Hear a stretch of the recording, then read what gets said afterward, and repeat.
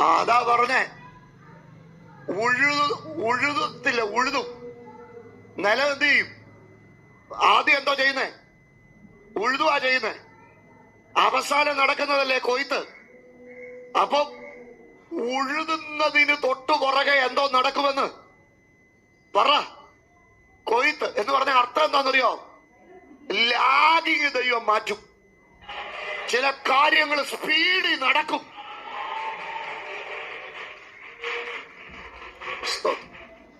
മനസ്സിലാകുന്നുണ്ടോ? ചില കാര്യങ്ങൾ വേഗത്തിൽ നടക്കുമെന്ന്. 2 ദിനവൃത്താന്ത പുസ്തകം 29 അധ്യായത്തിന്റെ അവസാന വാക്യം, കാര്യം ക്ഷണത്തിലല്ലോ നടന്നത്.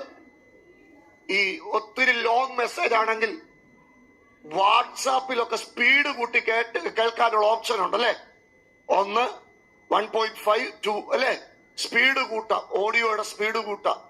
ഇന്ന് പകൽ സ്വർഗം പറയാ, നിനക്ക് ദൈവം ഒരു ഭാവി തുറന്നാൽ ഇന്ന് വരെ പോകുന്നത് പോലെ എഴഞ്ഞു പോകത്തില്ല. സ്പീഡ് കൂടും. ചില കാര്യങ്ങൾ വേഗത്തിൽ നടക്കും. ഇതുവരെ ഏങ്ങി വലിഞ്ഞുമാ പോയത്. പക്ഷെ ദൈവത്തിന്റെ ഒരു പ്രതിക്രിയ വിശ്വസിക്കുന്ന ദൈവമക്കളൊക്കെ ഹല്ലേലൂയ.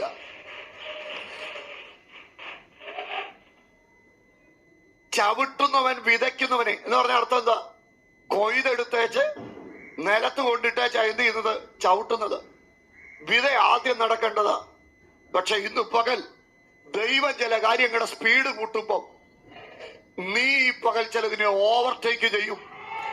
ചില സിസ്റ്റങ്ങളെ ദൈവം പൊളിക്കും.